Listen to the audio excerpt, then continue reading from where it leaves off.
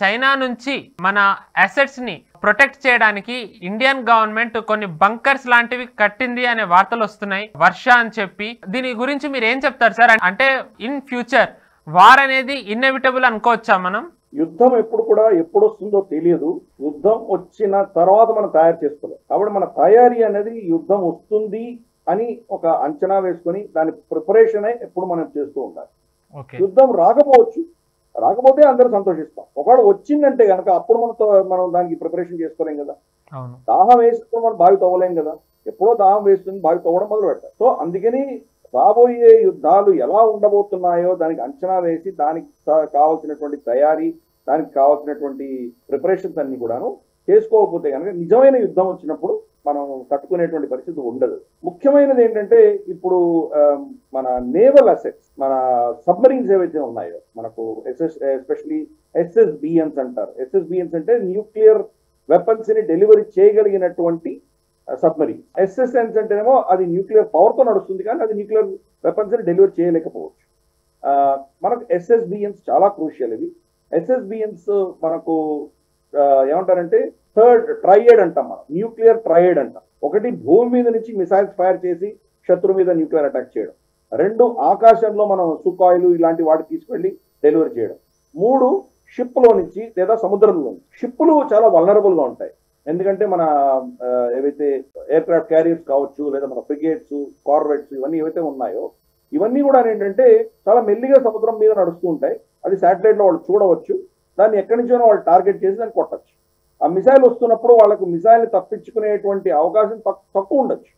అటువంటప్పుడు అవి డిస్ట్రాయ్ అయిపోయాయంటే కనుక మనం న్యూక్లియర్ కౌంటర్ అటాక్ చేయలేనటువంటి పరిస్థితి మనకు ఉంటుంది. కాబట్టి దాన్ని అష్యూర్డ్ సెకండ్ స్ట్రైక్ కేపబిలిటీ అని పదాలు వాడతారు. అంటే మన మీద న్యూక్లియర్ దాడి జరిగితే మన భూమి మీద ఉన్నటువంటి న్యూక్లియర్ సైట్స్ అన్నింటినీ ఒక్కటే టార్గెట్ లో ఒక్కటేసారి సైమల్టేనియస్ గా కొట్టి దాన్ని ధ్వంసం చేస్తారు. మనకి ఇంకా మళ్ళీ తిరిగి దాన్ని రిటాలియేట్ చేసి రెండవసారి కొట్టలేనటువంటి పరిస్థితి తీసుకొస్తారు. రెండవసారి మళ్ళీ ఈ అటాక్ ను తట్టుకుని మళ్ళీ మనం ఎదురు దాడి చేయాలి అంటే కనుక సబ్మరీన్స్ ద్వారానే చేయగలం. కాబట్టి సబ్మరీన్స్ అనేది మనకు చాలా క్రూషియల్. కానీ అన్ఫార్చునేట్లీ సబ్మరీన్స్ ఏంటంటే క్లియర్ పవర్డ్ సబ్మరీన్స్ అయితే సముద్రం లోపల వీళ్ళ రెడార్స్ కి వీళ్ళ శాటిలైట్స్ కి చిక్కకుండా చాలా కాలం అది లోపల ఉండొచ్చు. కానీ ఎప్పుడోకప్పుడు దాని రిప్లెనిష్మెంట్ కి ఉన్నటువంటి స్టాఫ్ బయటికి రావాలి, మారాలి. వాళ్ళు దాంట్లోనే వాళ్ళ జీవితం అంతా గడపలేరు కదా. బయటకు వచ్చినప్పుడు మనకు ఏ పోర్ట్ లో డాక్ అయినా కానీ శాటిలైట్ ఇమేజ్ లో వాళ్ళు చూసి దాన్ని వాళ్ళు ట్రాక్ చేసి టార్గెట్ చేయగలరు. కాబట్టి ఎప్పుడు కూడా సముద్రం పైకి వచ్చి శాటిలైట్ దొరకకుండా ఉండాలి అంటే కనుక సముద్రం లోపలే దానికి మనం బంకర్ లాంటివి పెట్టాలి, ఇవన్నీ చేయాలి అన్న ఉద్దేశంతో INS వర్ష అన్నది ఒక చాలా సీక్రెట్ బంకర్ల లాంటివి. అంటే భూమి లోపల కొండ కింద మనం దీన్ని బంకర్లు తయారు చేస్తున్నాము. ఇవి క్రమారమి 12 న్యూక్లియర్ సబ్మరైన్స్ ని దాచిపెట్టగలిగినటువంటి కెపాసిటీ మనం బిల్డ్ చేస్తాం. అంతేకాదు దీని మీద ఒక న్యూక్లియర్ దాడి జరిగినా కానీ కూడా, అంటే ఈ సైట్ మీద న్యూక్లియర్ దాడి జరిగినా కానీ కూడా వీటికి ఏమీ అవ్వవు, అంత లోపల పెట్టారు వాళ్ళు. అక్కడే రిపేర్స్ చేయగలరు, అక్కడే దాన్ని సర్వీసింగ్ చేయగలరు, అక్కడే దాన్ని కావాల్సినటువంటి వాళ్ళకు సరుకులు, వాళ్ళకి ఏమైనా మంచినీళ్లు కావచ్చు, లేదా వాళ్ళకి కావాల్సినటువంటి ఆహార పదార్థాలు కావచ్చు, ఇంకేదైనా సప్లైస్ కావచ్చు, బ్యాటరీలు, రీఛార్జింగ్లు, దాని ఏవైతే వాళ్ళకి కావాల్సిన అవసరాలు ఉన్నాయో అవన్నీ కూడాను సముద్ర మట్టం కింద నుంచి వెళ్ళి ఈ గుహల్లో బంకర్లు పెట్టి అక్కడే వీటన్నిటి కూడాను ఈజీగా సునాయాసంగా దాన్ని సర్వీస్ చేయగలరు. అంటే ఈ సబ్మరీన్స్ బయట ఎక్కడా కూడా కనిపించవు, ఎప్పుడు కనిపించవు. అవి సముద్రం పైకి రానే రావాలి. కాబట్టి శత్రువులు ఎప్పుడూ ట్రాక్ చేయలేరు. ఒకవేళ వాళ్ళు మళ్ళీ వచ్చి మనం దాన్ని ఎక్కడైనా డాక్ చేసుకొని దాన్ని కొంత సేద తీర్చుకోవడానికి రావాలంటే కూడా సముద్రం లోపల నుంచే వాళ్ళు ఈ గుహల్లోకి వెళ్ళిపోతారు. గుహల్లోకి వెళ్ళిపోయిన తర్వాత గుహలో పైకి వస్తారు. కాబట్టి అక్కడ మనం ఇవన్నీ ఫెసిలిటీస్ పెట్టుకున్నాం. INS వర్ష అన్నది Visakhapatnam dockyard, Visakhapatnam naval base నుంచి ఒక 70 కిలోమీటర్ దక్షిణాన రాంబిల్లి అని చెప్పేసి ఒక గ్రామంలో కట్టారు మన వాళ్ళు. ఇది మనకు అచ్యుతాపురం అని చెప్పేసి మనకు బాబా అటామిక్ రీసెర్చ్ సెంటర్ ఉన్నది అక్కడ అచ్యుతాపురం అన్న ప్రాంతంలో. అక్కడి నుంచి ఒక 15-16 కిలోమీటర్ దూరంలో ఇది కట్టారు. అంటే మనకు విశాఖపట్నం నేవల్ యార్డ్, దాని తర్వాత మనకు అచ్యుతాపురం తర్వాత రాంబిల్లి, ఇవన్నీ కూడాను ఆల్మోస్ట్ సైమల్టేనియస్ గా ఉంటాయి, కంటిన్యూస్ గా ఉంటాయి. అంటే గాజువాక నుంచి కొన్ని జస్ట్ ఒక 30-40 కిలోమీటర్ దూరంలో ఉంటుంది. సో అందుకని ఇక్కడ చాలా క్రూషియల్ గా పెట్టాం. అంటే ఒకవేళ విశాఖపట్నం మీద దాడి అయినా కానీ కూడా దీన్ని తట్టుకోగలదు, దీని మీద దాడి జరిగినా కానీ తట్టుకోగలదు. కాబట్టి అటువంటి కెపాసిటీ మనం బిల్డ్ చేసుకోవాలి.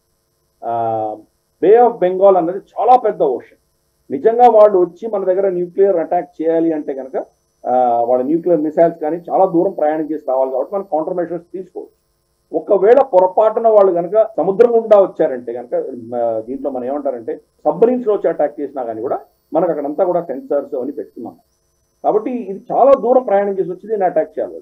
చాలా సెక్యూర్ గా ఉంటుంది. ఒక విషయం మనం ప్రేక్షకులందరికీ చెప్పాలి, మనం చెప్తున్న అంశాలన్నీ కూడాను ఏదో మన నేవీ కావచ్చు, మన ఆర్మ్డ్ ఫోర్సెస్ కావచ్చు, వాళ్ళకి సంబంధించినటువంటి సీక్రెట్స్ అన్ని మనం బయట పెట్టట్లేదు. అది అర్థం చేసుకోవాలి. పబ్లిక్ డొమైన్ లో ఏమున్నాయో దాన్నే మనం బయటకు తీసుకొస్తున్నాం. ఐఎన్ఎస్ వర్ష అని ఎవరు సెర్చ్ చేసినా కానీ కూడా ఈ డీటెయిల్స్ అన్ని కూడా దొరుకుతాయి. కాకపోతే మన ప్రేక్షకులు దాని గురించి తెలియనటువంటి వాళ్ళకి మనం తెలియజేస్తున్నాము. ఇది మనకు చాలా అద్భుతమైనటువంటి ఒక అష్యూర్డ్ సెకండ్ స్ట్రైక్ కేపబిలిటీ కోసం ఇది పెట్టుకున్నాం. అంటే ఎట్టి పరిస్థితుల్లో భారతదేశం మీద న్యూక్లియర్ అటాక్ జరిగితే దాని ప్రతీకారం తీర్చుకొని తీరుతాం. అది మన తెలుగు రాష్ట్రం ఆంధ్రప్రదేశ్ లో కోస్ట్ లో మనం పెట్టుకున్నాం. ఇక్కడ నేచురల్ గా కొండ ఒకటి ఉన్నది, ఆ కొండలో మనం తోవి అని పెట్టుకున్నాం. కాబట్టి న్యూక్లియర్ అటాక్ జరిగినా కొండని లేపేయలేరు కదా వాళ్ళు. కాబట్టి చాలా సెక్యూర్ గా దాంట్లో ఉండగలం. ప్లస్ మనకు ఆల్రెడీ 2 న్యూక్లియర్ సబ్మరీన్స్ ఆల్రెడీ వచ్చేసినాయి మనకు. INS Arihant, INS Arighat 2 already service లో ఉన్నాయి. 3వది ఐఎన్ఎస్ అరిదమన్ ఆల్రెడీ ఇది సీ ట్రయల్స్ అవుతుంది. అది బహుశా ఈ సంవత్సరం ఎప్పుడో అది అయిపోతుంది. అది దాని సర్వీస్ లో కమిషన్ చేసేస్తారు దాన్ని. ఇంకొక సబ్మరీన్ వచ్చేసి దానికి పేరు పెట్టలేదు కానీ దాన్ని లాంచ్ చేశారు. అది ఇంకా ట్రయల్స్ అవుతున్నాయి, ఇంకా చాలా సమయం పడుతుంది. బహుశా సంవత్సరంన్నర తర్వాత అది కూడా సర్వీస్ లోకి వచ్చేస్తుంది. మొత్తం 12 న్యూక్లియర్ సబ్మరీన్స్ మనం పెట్టుకోవాలని చెప్పి మనం ప్రభుత్వం నిర్ణయించింది. రాబోయే రోజుల్లో బహుశా ఇంకా దాన్ని పెంచేటువంటి అవకాశాలు కూడా లేకపోలేదు. దీనివల్ల మన దేశ రక్షణకు సంబంధించి చాలా critical secure counter attack capability అని మనం పెట్టుకున్నాము. కాబట్టి మనందరం కూడా గర్వించదగ్గటువంటి విషయం ఇది. చాలా స్ట్రాటజిక్ గా పెట్టారు ఇది మన ప్రభుత్వం. చైనాకి ఇటువంటివి రమారమి 6-7 ఉన్నాయి వాళ్ళు సీక్రెట్ బంకర్స్. దాంట్లో నుంచి వాళ్ళు వచ్చి కొట్టగలరు. మొదటిసారి మన దేశంలో ఇది పెట్టుకున్నాము. అఫ్ కోర్స్ ఇది కన్స్ట్రక్షన్ అవుతున్నది. బహుశా వచ్చే సంవత్సరం 2026-27 అంతా ఫుల్ గా తయారైపోతుంది. పర్వాలేదు, ఇట్స్ ఓకే. మనం ఇంత లోపల సంవత్సరం లోపల యుద్ధం వచ్చేసినా మనకేం అనుకోక్కర్లేదు. కాబట్టి యుద్ధానికి తయారు చేసుకుంటున్నాం. మనం మన శక్తిని పెంచుకుంటున్నాము, మన రక్షణ పెంచుకుంటున్నాము, మన మీద పెద్ద ఎత్తున దాడి జరిగినా తిరిగి కొట్టగలిగినటువంటి క్షమతను పెంచుకుంటున్నాం. కాబట్టి మన నేవీకి, మన సైంటిస్టులకు, మన ప్రభుత్వానికి, దీంట్లో పనిచేసినటువంటి కాంట్రాక్టర్లు అందరినీ కూడా మనం అభినందిద్దాం. మన దేశ రక్షణ కోసం వీళ్ళు చేసినటువంటి ఈ యొక్క ఏదైతే ఈ ఐఎన్ఎస్ వర్ష ఉన్నదో అది మనల్ని కూడా దేశాన్ని అంతా కూడా రక్షణ ప్రొవైడ్ చేయడమే కాదు, మన అలైన్స్ కి కౌంటర్ సెక్యూరిటీ ఇవ్వచ్చు. అమెరికన్ షిప్స్ రావచ్చు, అమెరికన్ సబ్మరీన్స్ రావచ్చు, లేదా ఇంకెవరైనా మనం సమర్థిస్తున్నటువంటి సైన్యానికి మనం అక్కడ రక్షణ ఇవ్వచ్చు వాళ్ళకి ఎమర్జెన్సీ పరిస్థితుల్లో. ప్లస్ మన శత్రువులని మనం ఈజీగా సునాయాసంగా వాళ్ళని కౌంటర్ చేయగలిగిన కెపాసిటీ మనం పెట్టుకున్నాం. కాబట్టి వీళ్ళందరినీ అభినందిస్తాం. సార్, అందులో భాగంగానే ఒక 3 ఎక్సర్సైజెస్ మన ఇండియాలో జరిగాయి సార్. వేరు ప్రాంతాలు అట్ ది సేమ్ టైం వేరు ఫోర్సెస్ అనొచ్చు. అఫ్ కోర్స్ కొన్ని కామన్ ఫోర్సెస్ ఉండొచ్చు. అంటే సార్ ఇవన్నీ వేరు ఇన్స్టెన్సెస్, బట్ మీరు ఎప్పుడు అనేదే join the dots, read between the lines. అలా చూసుకున్నట్టయితే sir, recently Balochistan train incident అనేది అదొక ఇంటర్నేషనల్ న్యూస్ అయింది. ఆ క్రమంలో అలాంటివి జరగకుండా ఉండడానికి ఈ స్పెషల్ ఎక్సర్సైజెస్ అనుకోవచ్చా? కరెక్ట్. మనకు జల్ థల్ ఎక్సర్సైజ్ అని ఒకటి చేశారు మన వాళ్ళు. బేట్ ద్వారకా దగ్గర ఉన్నటువంటి బేట్ ద్వారకా దగ్గర చేశారు వాళ్ళు. దానికి ముఖ్యంగా మనం ఏంటంటే జల్ థల్ అంటే సముద్రం నుంచి వచ్చి భూమి మీద మనం ఏం చేయగలం, ఇటువంటి ఎక్సర్సైజ్ చేశారు. అంటే ఫర్ ఇన్స్టెన్స్ మనకు తెలుసు ముంబై అటాక్స్ ఎలా జరిగినాయో మనకు. వీళ్ళు అజ్మల్ కసాబ్ వాళ్ళందరూ 10 మంది వచ్చి ఎలా మన మీద దాడి చేశారు. అలాగే మన దీవులు ఉన్నాయి, చిన్న బోట్స్ లో వచ్చి వాళ్ళు దాంట్లో కనుక కబ్జా చేసుకుని వాళ్ళు కూర్చున్నారంటే వాళ్ళని ఎలా కౌంటర్ చేయాలి. 100 బోట్స్ తిరుగుతుంటాయి సముద్రంలో. ఏదో ఒకరు వచ్చి మన భూమిని ఆక్రమించి దాంట్లో వచ్చి వాళ్ళు దూరి అక్కడ కనుక వాళ్ళు దీవిని కబ్జా చేసుకున్నారంటే మనకు స్ట్రాటజీగా చాలా ప్రాబ్లమ్స్ రావు. కాబట్టి అటువంటివి రాకుండా ఎలా కాపాడాలి, ఒకవేళ కనుక వాళ్ళు అటువంటివి ఏమైనా చేస్తే దాన్ని ఎలా నివారించాలి, దాన్ని ఎలా కౌంటర్ చేయాలి, ఈ దృష్ట్యా ఈ యొక్క ఎక్సర్సైజ్ జరిగింది. అది అలాగే మనకు 3 స్పెషల్ ఫోర్సెస్, ఆర్మీకి ఉన్న స్పెషల్ పారా కమాండోస్ కావచ్చు, లేదా మనకు మెరైన్ కమాండోస్ మార్కోస్ కావచ్చు, లేదా మన గరుడ ఎయిర్ ఫోర్స్ కి సంబంధించినటువంటి స్పెషల్ కమాండోస్ కావచ్చు, వీళ్ళు రాజస్థాన్ లో ఎక్సర్సైజ్ చేశారు. అలాగే ఇంకొక ఎక్సర్సైజ్ మనకు అండమాన్ లో జరిగింది. వీటిలో కూడా యాంటీ హైజాకింగ్ సంబంధించి ఎక్సర్సైజ్ జరిగింది. డీటెయిల్ వీటి గురించి చర్చిద్దాం. కానీ ఈ 3 ఒక అంశం వాళ్ళ ఉద్దేశం ఏంటంటే మన దేశం మీద ఎటువంటి దాడి జరిగినా, టెర్రరిస్ట్ అటాక్స్ కావచ్చు, లేదా డీప్ పెనిట్రేషన్ ఆపరేషన్స్ మన శత్రువులు చేసినా, దాన్ని ఎలా మనం తట్టుకోవాలి, దాన్ని ఎలా కౌంటర్ చేయాలి, ప్రోటోకాల్స్ ఎలా ఉండాలి. ఎందుకంటే ఈ అంశాల్లో చాలా ప్రభుత్వ సంస్థలు, చాలా ఏజెన్సీస్, తర్వాత చాలా సెక్యూరిటీ సంబంధించినటువంటి డివిజన్స్ వీళ్ళందరూ దాంట్లో ఇన్వాల్వ్ అయి ఉంటారు. ఒకరికి ఒకరు ఎలా అనుసంధానం చేసుకోవాలి, కమ్యూనికేషన్ ఎలా ఉండాలి, అటువంటి ఎమర్జెన్సీస్ లో ఎవరు లీడ్ తీసుకుంటారు, ఎవరు దీన్ని ఫాలో అవుతారు, ఎవరు ఏం చేయాలి, ఇవన్నీ కూడా ప్రోటోకాల్స్ టెస్ట్ చేయడానికి ఇవన్నీ చేస్తుంది. గతంలో మనకి ఇవన్నీ ఉండేవి కావు. అందుకనే ముంబైలో దాడులు జరిగినప్పుడు ఎవరు వెళ్ళాలి, ముందుకి ఎలా దాన్ని అటాక్ చేయాలి, వీళ్ళని ఎలా కార్నర్ చేయాలి, వీళ్ళని ఎలా కౌంటర్ చేయాలి, ఇవన్నీ తెలిసేవి కావు. For instance Barkha Dutt live feed ఇచ్చేసరికి వాళ్ళు చాబాడ్ హౌస్ ఏం చేశారో చూసాం. మన కమాండర్స్ దిగుతున్నప్పుడు ఆవిడ లైవ్ ఫీడ్ ఇచ్చింది. సో దాంతో ఎంత ఇబ్బందులు వచ్చిందో మనకు తెలుసు. ఇప్పుడు మన ప్రోటోకాల్స్ ఏంటంటే ఎప్పుడూ లైవ్ ఫీడ్ ఇవ్వకూడదు, ఓన్లీ డిలేడ్ ఫీడ్ ఇస్తాం. ప్రభుత్వం ఓకే అన్నప్పుడే ఆ ఫీడ్ వెళ్తుంది, లేకపోతే వెళ్ళదు. ఈ ప్రోటోకాల్స్ తర్వాత వచ్చింది. అలాగే వీటికి సంబంధించి కూడా ఈ కౌంటర్ ఆపరేషన్స్ అన్నిటికి కూడా ప్రోటోకాల్స్ మనం ఆల్రెడీ పెట్టుకున్నాము. అవి నిజంగా సమర్థవంతంగా మనం చేయగలుగుతున్నామా లేదా అని టెస్ట్ చేస్తాం. రెండవది, దీంట్లో ఏమైనా వీక్నెసెస్ ఉన్నాయా, ఇది చేస్తుండగా దీంట్లో ఏమైనా లీక్స్ ఉన్నాయా, దాన్ని ఎలా మనం కౌంటర్ చేయాలి, ఎలా దాని ఆ లీక్స్ మనం ఎలా ప్లగ్ చేయాలి, ఇవన్నీ కూడా దీనిలో ఈ టెస్ట్ అవుతుంది. రీసెంట్ గా నువ్వు చెప్పినట్టు బలూచిస్తాన్ లో ట్రైన్ ని వాళ్ళు అటాక్ చేశారు, ట్రైన్ ని హైజాక్ చేశారు. ట్రైన్ ని హైజాక్ చేసి ఇన్ఫాక్ట్ ఇప్పుడు కూడా ఆపరేషన్స్ జరుగుతున్నాయి. వాళ్ళు రమారమి 100 మందిని రెస్క్యూ చేశామని వీళ్ళు చెప్తున్నారు. కానీ మనకు వస్తున్న రిపోర్ట్స్ ప్రకారం 100 మందిని వాళ్ళు వదిలేశారు లిటరల్ గా. మిగతా వాళ్ళందరూ కూడా వాళ్ళ అధీనంలో ఇప్పుడు కూడా ఇంకా చాలా మంది పాకిస్తాన్ ఆర్మీకి సంబంధించినటువంటి వాళ్ళు, ఐఎస్ఐకి సంబంధించినటువంటి వాళ్ళు వాళ్ళ కస్టడీలో ఉన్నారు. కాబట్టి ఇంకా ఆఖరికి వాళ్ళు ఎనివే చావడానికి సిద్ధంగా ఉన్నారు. బిఎల్ఏ బలూచి లిబరేషన్ ఆర్మీ ఈ ఆపరేషన్స్ లో వాళ్ళని బహుశా చంపేసి వాళ్ళు చనిపోవచ్చు. కాబట్టి అటువంటి పరిస్థితి మన దేశంలో వస్తే ఏం చేయాలి, ఇది మనం దానికోసం ప్రిపేర్ అవుతాం. గతంలో మనం ఆల్రెడీ దెబ్బతిన్నాం. ముంబై తరహా దాడి చూసాం మనం. అలాగే మనకు మాస్కోలో దాడులు చూసాం మనం రీసెంట్ గా 1 సంవత్సరం క్రితం. అలాగే ఇతరత్ర దేశాల్లో కూడా ఇటువంటి దాడులు జరుగుతుండగా మనం చూస్తున్నాం ఎక్కడెక్కడ ఏమవుతున్నాయో. మాల్డీవ్స్ ఆల్రెడీ గతంలో వాళ్ళు వచ్చి కొంతమంది వచ్చి దాన్ని కబ్జా చేస్తున్నారు. ఇన్ఫాక్ట్ రీసెంట్లీ రామ్ మందిర్ మీద కూడా ఒక పాకిస్తాన్ నుంచి వచ్చిన అతనిది కూడా అయింది కదా సార్, ఎన్ఎస్జీ థ్వాట్ చేసేసింది దాన్ని. కరెక్ట్. సో ఇటువంటివి ఎన్నో ప్రాంతాల్లో ఇటువంటి చర్యలు చేస్తూ ఉంటారు. వాటిని ఎలా కౌంటర్ చేయాలి, ప్రతి ఈ అంశాల్లో చాలా క్షుణ్ణంగా రిగరస్ ఎక్సర్సైజెస్ చేసి దీన్ని చాలా నైపుణ్యం పెంచుకుంటే కానీ నిజంగా మనకి ఇటువంటి సమస్యలు వచ్చినప్పుడు దాన్ని ఎఫెక్టివ్ గా ఎలా కౌంటర్ చేయాలి అన్నదానికి చాలా మనకి ఎక్సర్సైజ్ ఉండాలి, చాలా ప్రోటోకాల్స్ ఫిక్స్ అయి ఉండాలి. ఆ ప్రోటోకాల్స్ ని చాలా స్ట్రిక్ట్ గా ఫాలో అవ్వాలి. ఎమర్జెన్సీని ఎలా డీల్ చేయాలి అనే దానికి చాలా మనకు దీన్ని చాలా అనుభవం ఉండాలి. కాబట్టి అనుభవం ప్రతిసారి దాడి అయిన తర్వాత మనం అనుభవం తెచ్చుకోలేం కదా. అటువంటి దాడి జరిగితే ఎలా ఉంటుంది దీని మీద మనం కసరత్తు చేయాలి. ఇప్పుడు ఫర్ ఇన్స్టెన్స్ బేట్ ద్వారకాలో చేసిన దాంట్లో ఏంటంటే సివిలియన్ అథారిటీస్ కూడా ఇన్వాల్వ్ చేసి, అంటే మున్సిపల్ అడ్మినిస్ట్రేషన్, ద్వారకా డిస్ట్రిక్ట్ సంబంధించిన అడ్మినిస్ట్రేషన్ కావచ్చు, గుజరాత్ పోలీస్ కావచ్చు, వీళ్ళందరూ కూడా లా అండ్ ఆర్డర్ చూడడానికి వీళ్ళకి నైపుణ్యత ఉంది. కానీ నిజంగా ఇటువంటి మేజర్ అటాక్స్, మేజర్ ఇన్కర్షన్స్ ఏమైనా జరిగితే ఒక సైన్యం వచ్చి చూసుకుంటుంది అంటే కుదరదు కదా. అడ్మినిస్ట్రేషన్ ఇన్వాల్వ్ అయి ఉంటుంది. దాంట్లో ఎలక్ట్రిసిటీ డిపార్ట్మెంట్ కావచ్చు, వాటర్ వర్క్స్ కావచ్చు, మనకు ఫైర్ టెండర్స్ డిపార్ట్మెంట్ కావచ్చు, ఫైర్ ఫైటింగ్ డిపార్ట్మెంట్ కావచ్చు, పోలీస్ కావచ్చు, మున్సిపల్ అడ్మినిస్ట్రేషన్ కావచ్చు, వీళ్ళందరూ కూడాను దాంట్లో ఏదో పాత్ర వాళ్ళకు చాలా కీలకంగా ఉంటుంది. కాబట్టి వీళ్ళని అందరినీ కూడా ఇన్వాల్వ్ చేసి మన మీద ఎటువంటి దాడి జరిగినా ఎలా కోఆర్డినేటెడ్ గా మనం దాన్ని మళ్ళీ ఎదుర్కోవాలి, దాన్ని మనందరం కలిసికట్టుగా దీన్ని ఎలా నివారించాలి, దీన్ని అధిగమించాలి అన్న దృష్ట్యా ఈ ఎక్సర్సైజ్ జరిగింది. కాబట్టి ఇది మనకు ఎస్పెషల్లీ బేట్ ద్వారకాలో జరిగింది. అక్కడి నుంచి పాకిస్తాన్ చాలా దగ్గర, రెస్పాన్స్ టైం మనకు తక్కువ ఉండొచ్చు. కాబట్టి దానికి కూడా మనం తయారుగా ఉన్నాము అని చెప్పేసి ఒక సంకేతం పంపిస్తున్నాము. జోధ్పూర్ లో జరిగినటువంటి ఎక్సర్సైజ్ ఏదైతే ఉందో దాంట్లో మనం చూస్తే స్పెషల్ ఫోర్సెస్, ప్రతి మన త్రివిధ దళాలకు స్పెషల్ ఫోర్సెస్ ఉంటాయి. ఆర్మీకి మనం దాన్ని పారా ఎస్ఎఫ్ అని అంటాం, పారా స్పెషల్ ఫోర్స్ అంటాం. అలాగే మనకు నేవీకి మార్కోస్ అంటాం, మెరైన్ కమాండోస్ అంటాం. నాకు తెలుసు మార్కోస్ అంటే నీకు చాలా ఇష్టం, దాని మీద చాలాసార్లు చెప్పావు కూడా. మార్కోస్ అనేది చాలా ఎలీట్ కమాండోస్, చాలా అద్భుతమైనటువంటి ట్రైనింగ్ ఉంటుంది వాళ్ళకు. మనం అందరం గర్వించదగ్గటువంటి ఈ ఎలీట్ ఫోర్సెస్ ఇవన్నీ కూడా మూడు కూడా. సో ఈ మూడు కూడాను చాలా క్రూషియల్, మనకు స్పెషల్ ఆపరేషన్స్ చేయడానికి వీళ్ళు చాలా నైపుణ్యత ఉన్నటువంటి ఒక స్పెషల్ క్రాక్ కమాండోస్ వీళ్ళందరూ కూడా. మనం చూసాం ఈవెన్ 9/11 అటాక్ కూడా ఫస్ట్ మార్కోస్ పెట్టారు. సరే వాళ్ళకి అప్పుడు ప్రోటోకాల్స్ లేవు, వాళ్ళు చాలా వాళ్ళని ఏమి తెలియనటువంటి టెరైన్లోకి తాజ్లోకి పంపించారు. వాళ్ళందరూ అక్కడ వెళ్ళి చూసి పరిస్థితి వాళ్ళకి వాళ్ళు అర్థం చేసుకునేసరికి చాలా సమయం పట్టింది. ఇనీషియల్ గా వాళ్ళు ఫెయిల్ అయ్యారని చెప్పారు, కానీ వాళ్ళు ఫెయిల్ ఏం అవ్వలేదు. వాళ్ళు చూసినటువంటి వాళ్ళకి అర్థమైనటువంటి సిచ్యువేషన్ ఆధారంగానే మళ్ళీ ఎన్ఎస్జీ కమాండోస్ వచ్చి దాన్ని వాళ్ళు టేక్ ఓవర్ చేయగలిగారు. కాబట్టి ఈ కమాండోస్ అందరూ కూడా ఈ త్రివిధ దళాలకు సంబంధించినటువంటి స్పెషల్ ఫోర్సెస్ అందరూ జోధ్పూర్లో ఎక్సైజ్ చేశారు. మళ్ళీ జోధ్పూర్ చూస్తే అది కూడా పాకిస్తాన్ సరిహద్దు చాలా దగ్గరగా ఉంది. సో అక్కడి నుంచి ఎటువంటి ఇన్కర్షన్ వచ్చినా, ఎటువంటి దుశ్చర్యలు మన దేశం మీద చేసినా దాన్ని తిప్పికొట్టడానికి మనకు కావాల్సినటువంటి క్షమత పెంచుకుంది.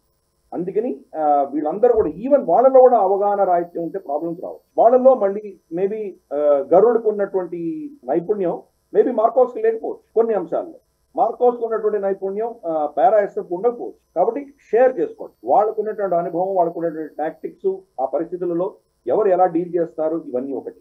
రెండు, వాళ్ళలో వాళ్ళు కోఆర్డినేషన్, కమ్యూనికేషన్ ఎలా ఉంటుంది, ప్రోటోకాల్స్ ఎవరు ఉంటాయి, ఎవరు కమాండ్ తీసుకుంటారు, ఎవరు కమాండ్ని రెస్పెక్ట్ చేస్తారు, ఎవరు దానికి సప్లిమెంట్గా ఉంటారు, ఇవన్నీ కూడాను ఆ ప్రోటోకాల్స్ టెస్ట్ చేస్తారు.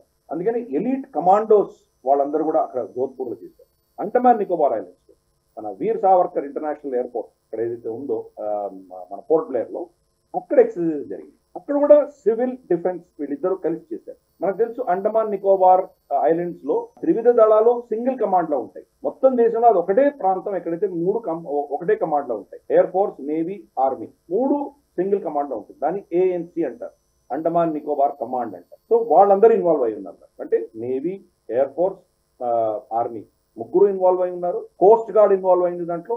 తర్వాత NSG లాంటి స్పెషల్ కమాండోస్ ఇన్వాల్వ్ అయి ఉన్నారు. సివిలియన్ సైడ్ చూస్తే కనుక ఎయిర్పోర్ట్ అథారిటీస్ కావచ్చు, అక్కడ ఉన్నటువంటి అండమాన్ నికోబార్ అడ్మినిస్ట్రేషన్ కావచ్చు, పోలీస్ కావచ్చు, ఈవెన్ ఎయిర్లైన్స్, ప్రైవేట్ ఎయిర్లైన్స్ మన జెట్ ఎయిర్వేస్, స్పైస్ జెట్, వాళ్ళు కూడా దీంట్లో ఇన్వాల్వ్ అయి ఉన్నారు. సో అందుకని వీళ్ళందరూ కలిసి అనుసంధానం చేసుకుంటున్నారు. ఒకవేళ హైజాక్ అటెంప్ట్ ఏమైనా జరిగితే దాన్ని ఎలా నివారించాలి, దాన్ని ఎలా కౌంటర్ చేయాలి. మనం చూసాము కండహార్ హైజాక్ జరిగినప్పుడు, మన IC-814 హైజాక్ జరిగినప్పుడు కాఠ్మాండు నుంచి అది అమృత్సర్లో దిగింది. అమృత్సర్లో దిగినప్పుడు హైజాకర్స్ ఏం చెప్పారంటే దీన్ని ఫ్లైట్ని ఆపకుండా తిప్పుతూ ఉండమన్నారు. అది తిరుగుతూనే ఉండింది టార్మాక్ లో.